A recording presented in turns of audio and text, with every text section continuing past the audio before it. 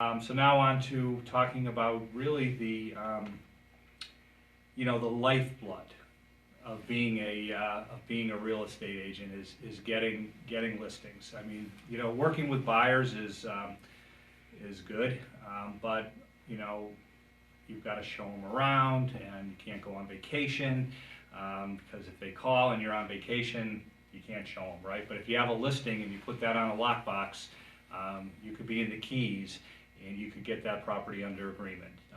So listings, so they're easier sometimes. The other thing about listings is that you'll meet buyers from it. So listings have the multiplier effect, unless you're like Jerry and you get it under agreement in one day, and then you don't actually have a chance to meet any buyers because it happens so fast. But most properties don't go that quickly. Actually, the ideal property sometimes is something that's a little bit harder to sell, but still through good photos, and you get a lot of people through either open houses or contacting you directly. So listings will give you buyers. So one good listing, you might get one or two good good buyers out of it. So it has a multiplier effect. That's why listings ultimately is really the way to build your business.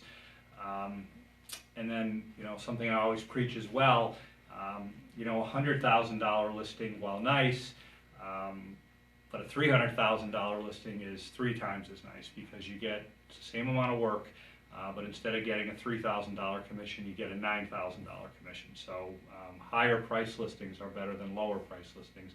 And then, interesting enough, you meet buyers that are looking for $300,000 properties. So instead of having somebody that's looking for a $100,000 property, and we all take what we can get, and we're happy getting it, and it does all add up. But so higher price listings are better than lower price listings. So how do you actually get listings when you're starting off?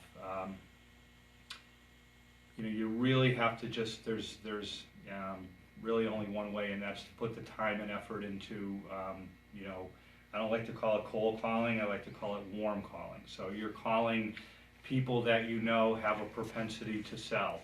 And that there's 2 groups out there, that one would want to focus on. So there's, withdrawn listings and expired listings. So those folks, for whatever reason, either they priced their property too high, the agent that had the listing, didn't do that great of a job, maybe the photography wasn't that good, they lost interest, but for some reason the property didn't end up, getting sold. And now it's sort of fair game to go after and try to get that as a listing. Prospecting expireds, prospecting withdrawn listings, and prospecting for sale by owners. I like to think I invented that, but unfortunately I didn't. Every real estate agent kind of knows that, and if you've actually ever had a listing expire on you, and then you're going to get it back, the homeowner will tell you that they were bombarded, with phone calls, postcards. Some people are so aggressive they knock on the door. I don't prescribe to that, but okay, here comes the rock star. Hi. Hi. Dan, Jerry, Sorry, Janice, okay, Micah. busy day. Yeah. Hi. Nice to meet you. I'm Lana. Jan. Yeah. Tim. I met you Micah, before. Tim. Hey. Oh, thank you. Okay. Looking good. So we're just chatting a little bit about listings and, kind of the lifeblood of kind of getting your real estate practice going. There's withdrawn listings, there's expired listings, and there's for sale by owners. Those are really the 3 groups that, are out there to be prospected. So what you want to come up with is a strategy. How am I actually, I'm a big believer in planning, thinking things through. You don't just say, oh, I'm going to start calling, and then you call, and you don't really have a plan. And you also have to set reasonable expectations. What's reasonable? So Mike, if you called 100 people, how many do you think you'd get an appointment with? I know you're awesome. Maybe how many? 2 or 3. 2 or 3. That'd be really good. I think if you got 2 and you could close 1, you did 1%. You're well on your way. I think those are reasonable numbers. a lot of times what happens with folks when they start calling is that because they don't get like immediate sort of success results, they peter out. You know, we had a meeting a while back where someone, you know, said she called for 2 hours, which would have been about 20 people, and she said it didn't work. So that's not enough to sort of conclude that it, you know, you might have to call 200 people, 400 people to, you know, because you're going to get better at calling. You're going to know when to call. You're going to, you know, when people actually pick up their phone, what resonates with them.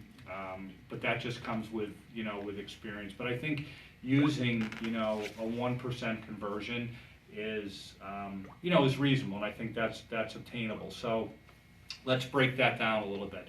So you called 200 people, right? My own calling, and I, you know, have called and still call, you can call about 10 people an hour, because you're going to get some folks that don't pick up the phone.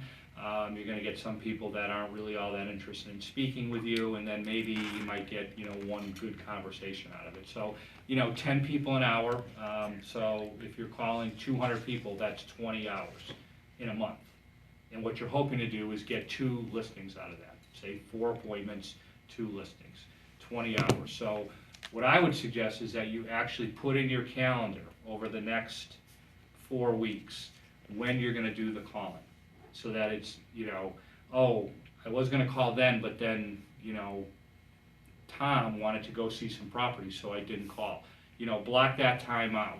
Find out what the best, for me, Saturday mornings, you know, around 10:30 to 1:30, I had a higher rate of actually getting in touch with people. You've got to, you know, why do people call as opposed to send postcards? Well, postcards, they just can throw away, but it's harder when someone's speaking to you for them to kind of get you off the phone. And then again, you may not be looking for like the appointment right there. You might have a strategy and it's perfectly fine.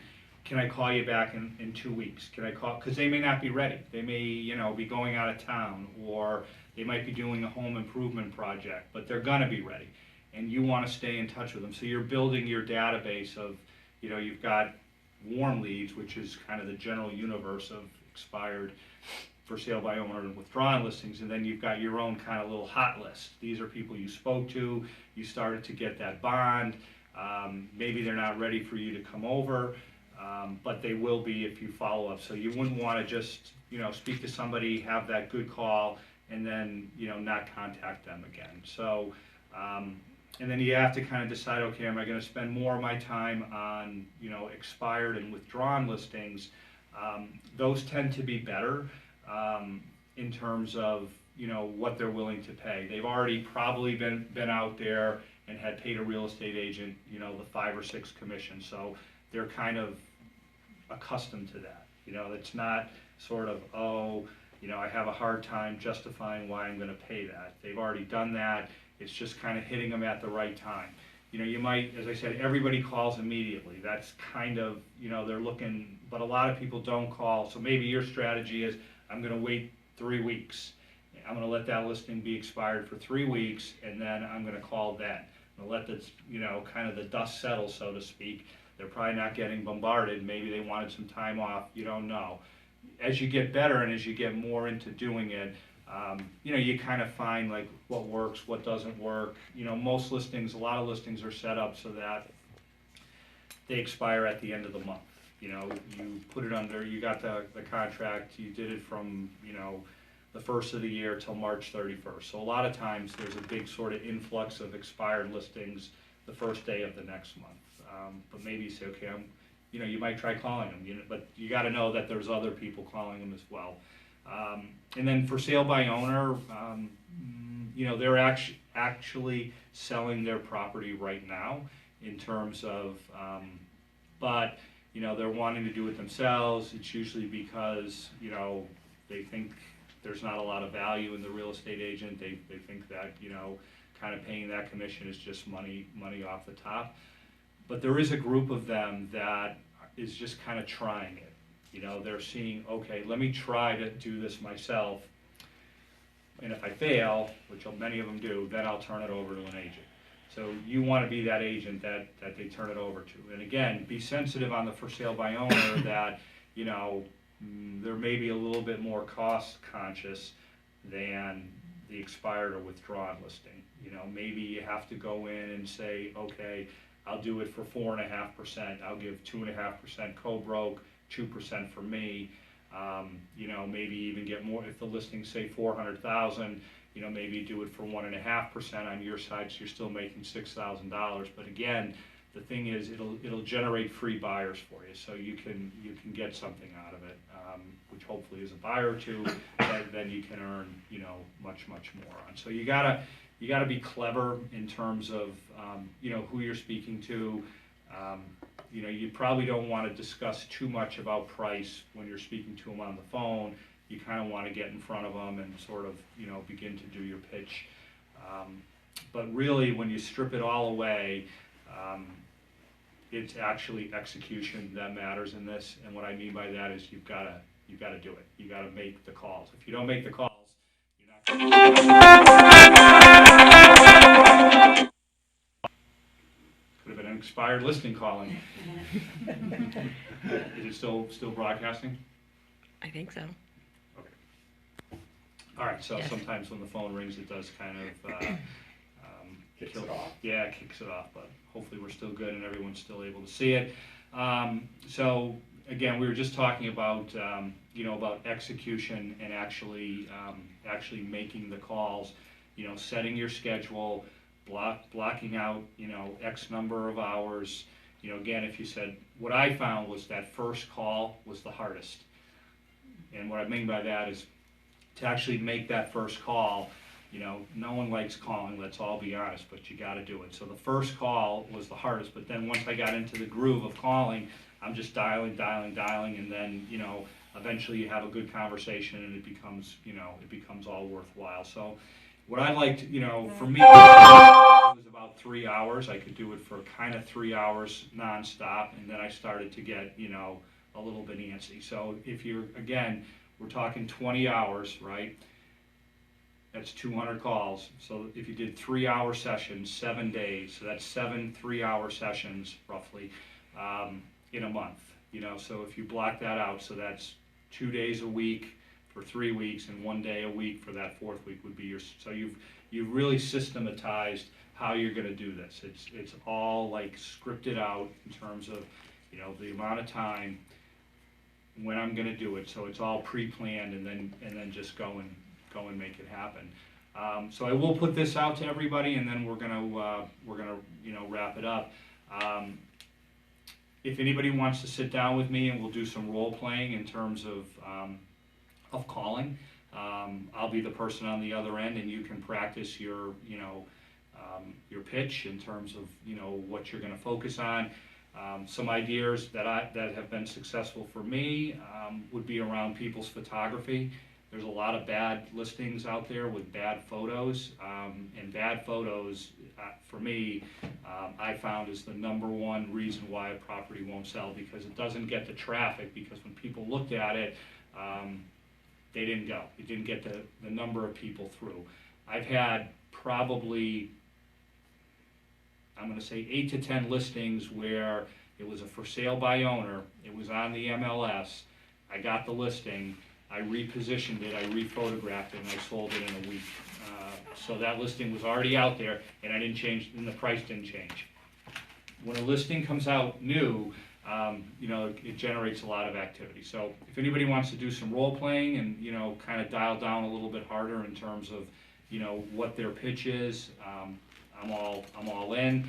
And then the other thing I offer is, since so many people are new, I'll go with you on your first couple of listing appointments, and maybe the first one I do, you watch, it's your listing, not mine, you get it, not me. But I'll help you there, and then maybe the second one, I go with you again, you lead the charge, and I just kind of watch. So hopefully everyone will, you know, will take me up on those 2 offers, and I appreciate everybody tuning in and joining us today.